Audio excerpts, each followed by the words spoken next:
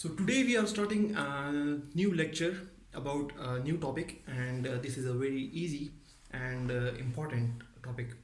As we were being discussing the cell organelles, and we have already discussed one cell organelle, that is the nucleus, and we were basically discussing those cell organelles which are surrounded by a membrane. So today we will be discussing another important cell organelle, that is known as endoplasmic reticulum.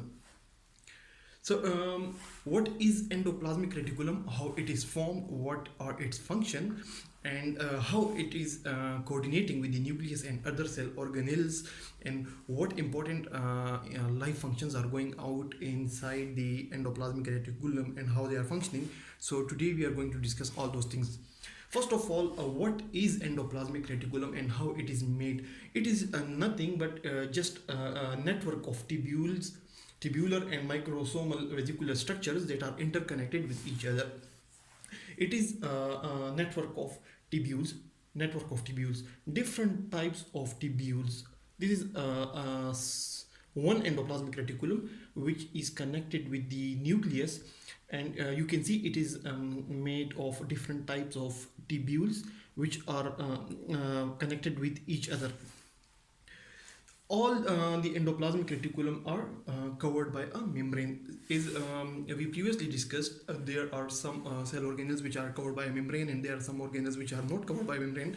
So endoplasmic reticulum is one of those cell organelles which are covered by a cell membrane, and a membrane. And the membrane of the endoplasmic reticulum is similar in structure to the membrane of cell membrane. It is seem like a similar in structure to the cell membrane or any other membrane. So it means that it is also made of bilayer of lipids. Two lipids are present in coordination with each other, and along with that there are some proteins and enzyme present in the membrane. So the membrane, it resembles any other membrane in the cell. Then we see that it inside the tubules, inside these tubules, if we can focus here, inside the tubules there is a fluid medium. There is some fluid which is similar in consistency, but maybe different in some aspects from the cytosol, and it is known as endoplasmic matrix. So endoplasmic matrix is a fluid medium that is present inside the tubules of the or the lumen of the endoplasmic reticulum. Then another important thing about or information about the endoplasmic reticulum is that it acts as a link between nucleus and cell membrane. Previously in the last topic we discussed that there are two layers of the nucleus membrane. Two layers.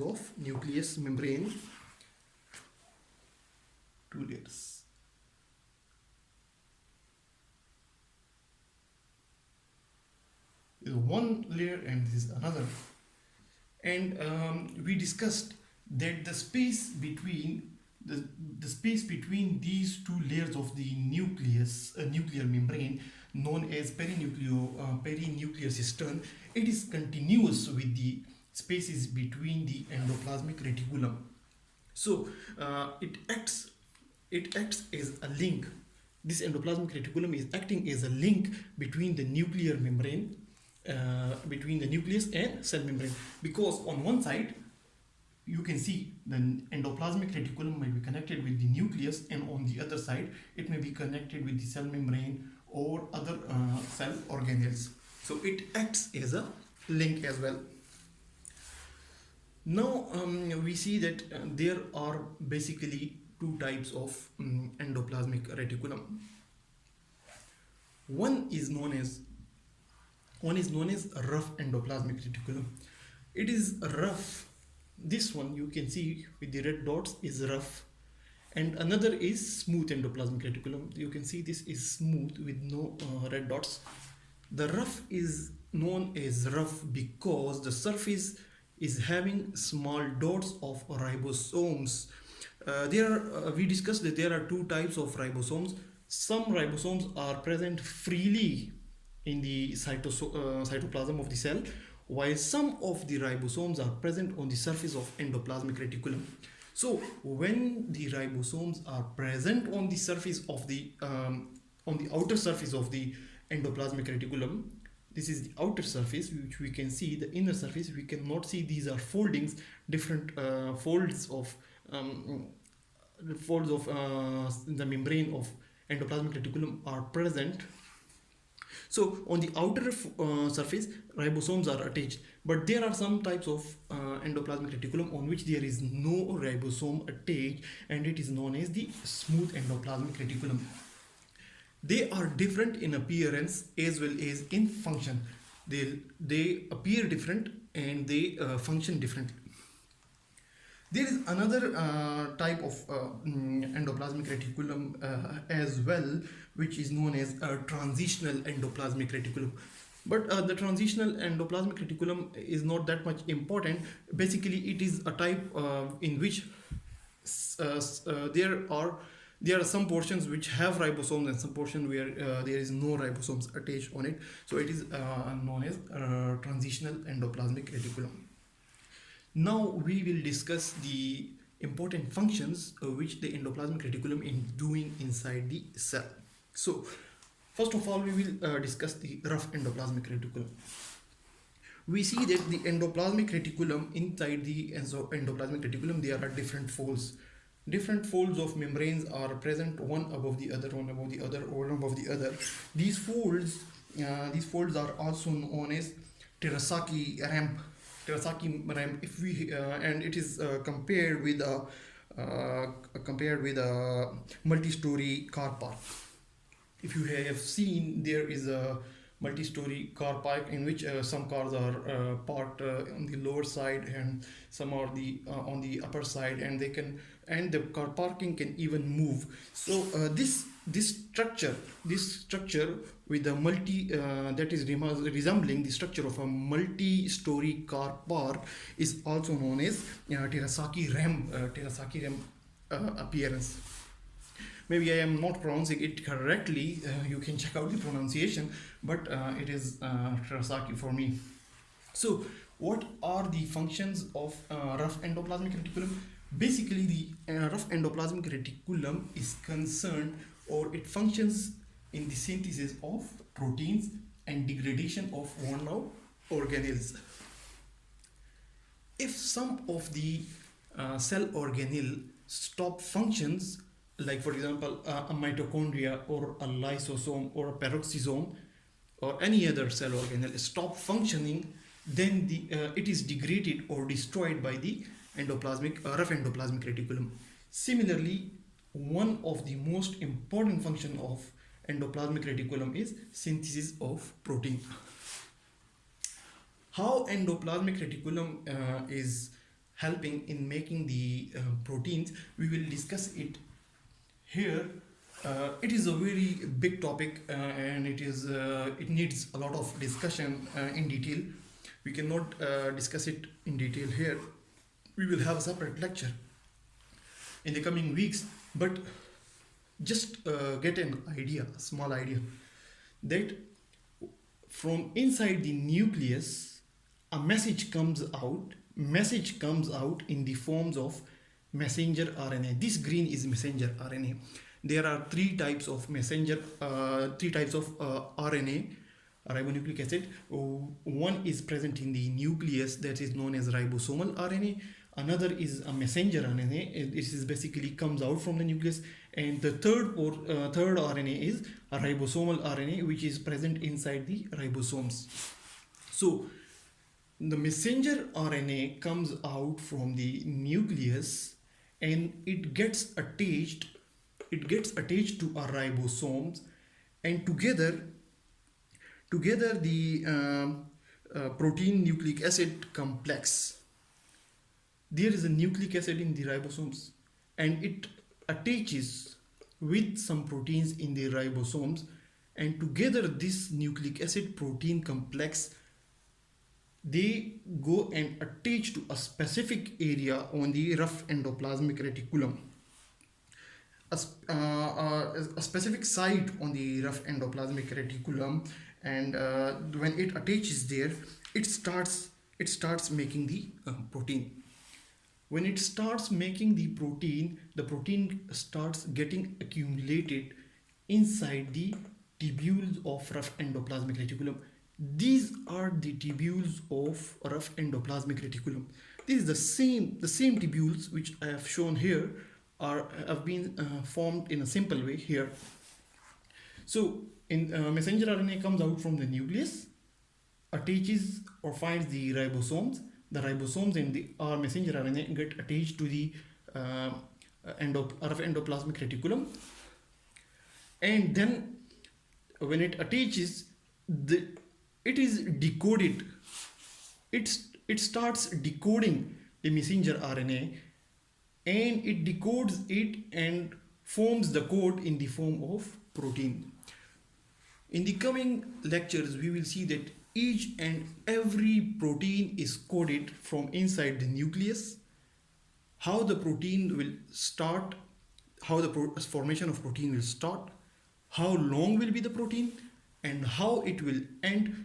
Each and everything is coded in the nucleus from the DNA with the help of messenger RNA, and it is decoded here in the with the help of ribosomes and endoplasmic reticulum.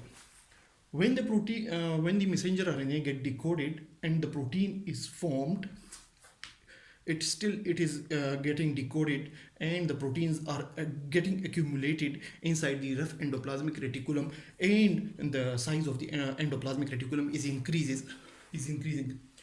When the size of endoplasmic reticulum increases, this accumulated protein gets detached in the form of a vesicle, and they go towards the Golgi apparatus. So, but how they are directed towards the Golgi apparatus?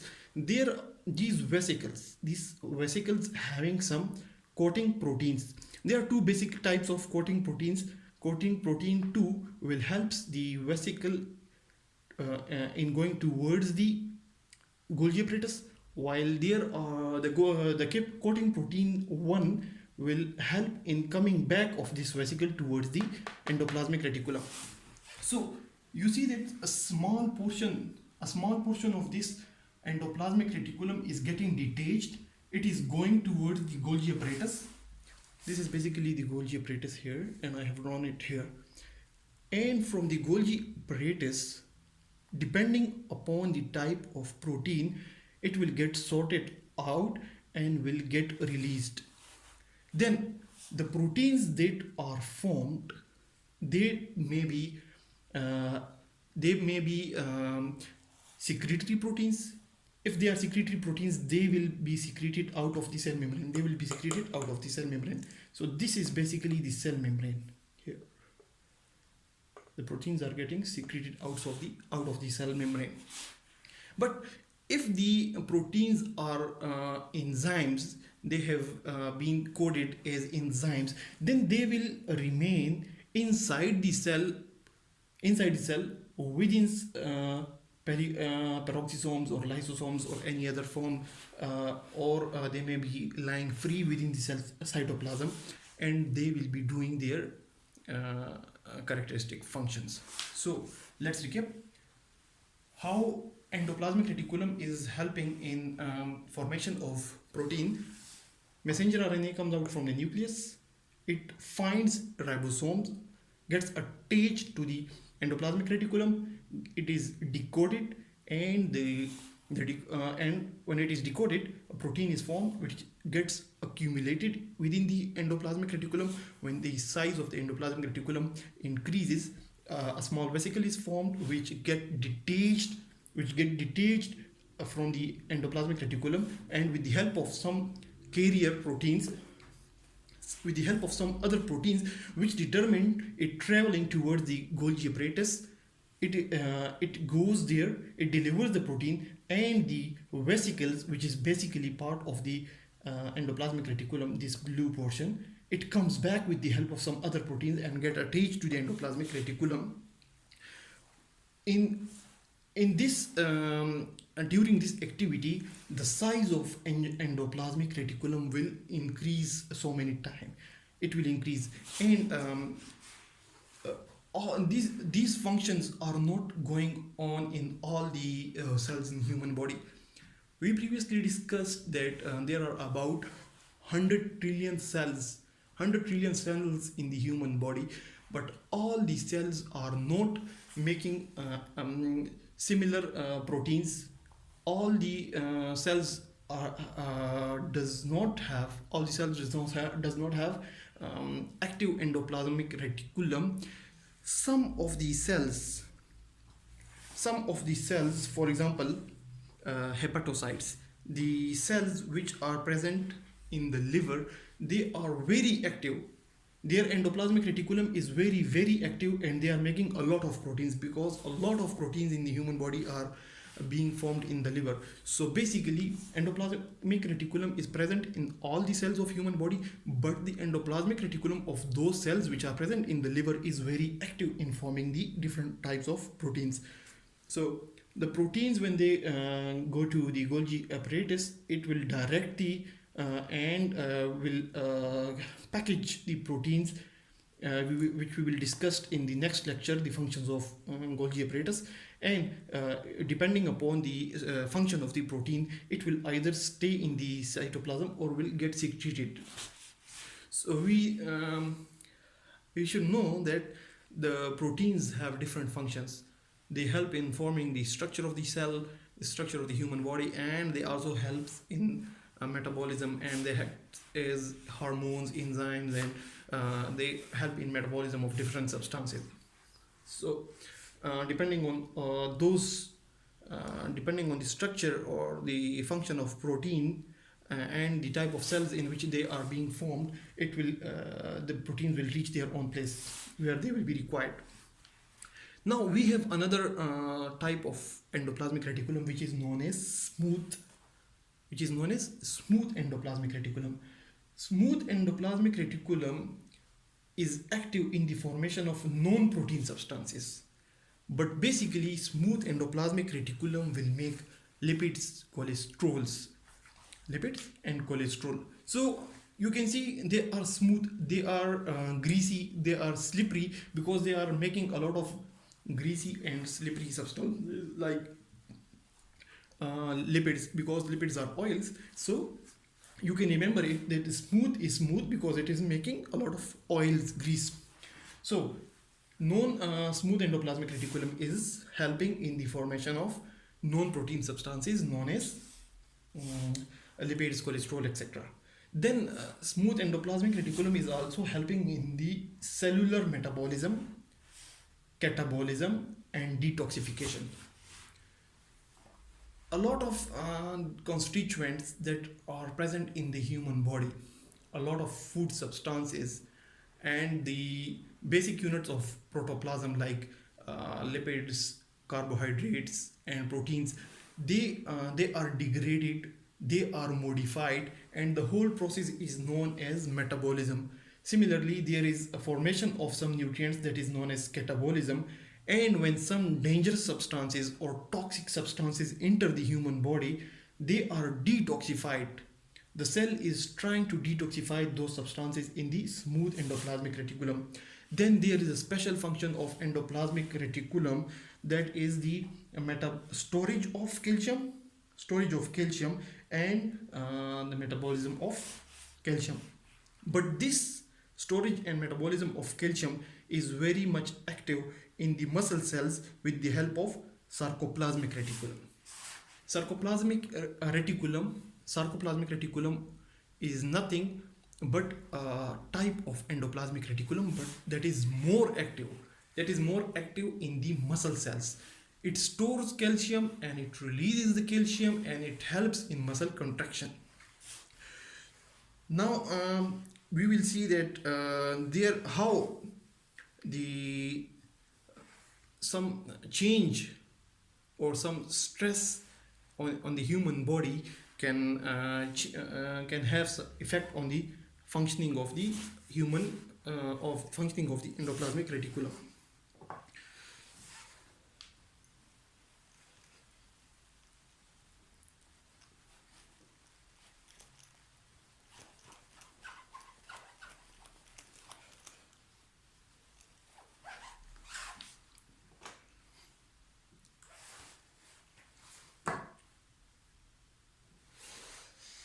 We here we discussed that the endoplasmic reticulum is helping in the formation of proteins. These proteins, when formed, they are folded. They are folded. They are folded or arranged in a very beautiful shape, and in the folded form, in the folded shape, they are transferred to the Golgi apparatus. If there is stress, for example, you get stress, which is not a good thing. Stress, any type of stress, for example, there is viral infection, or there is ischemia, or there is any sort of stress which need a lot of proteins, or which activates the endoplasmic reticulum to make a lot of proteins. In doing so, the endoplasmic reticulum will make unfolded protein.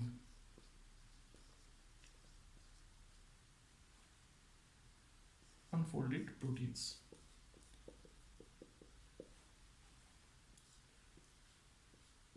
ER stress. ER is for endoplasmic reticulum. So when endoplasmic reticulum gets stressed, it forms unfolded proteins.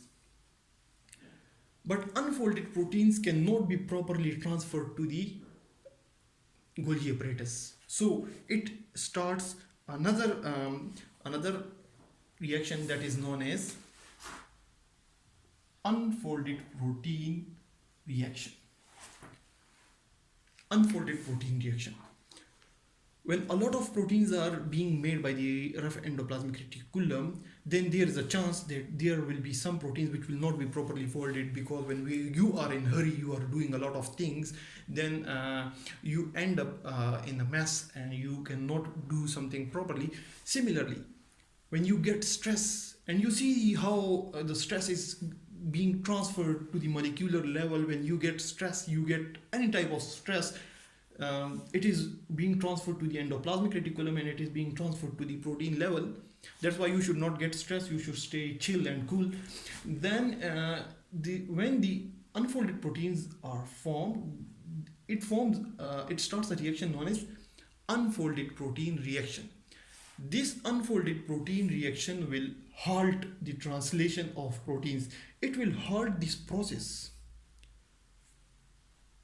It will halt the formation of proteins. So how dangerous stress is for your body, but there are some sort of stress which you cannot avoid. And because there are some viral infections, if a pandemic or endemic is there, then a lot of people will get the infection, and when you get the infection, endoplasmic reticulum gets stressed, it is making unfolded proteins, and unfolded protein will start unfolded protein reaction, and that will halt the process of protein formation till the stress is reversed. Till the stress is reversed and folded protein starts forming. With this process, unfolded protein reaction, there are two important diseases. One is Alzheimer's disease.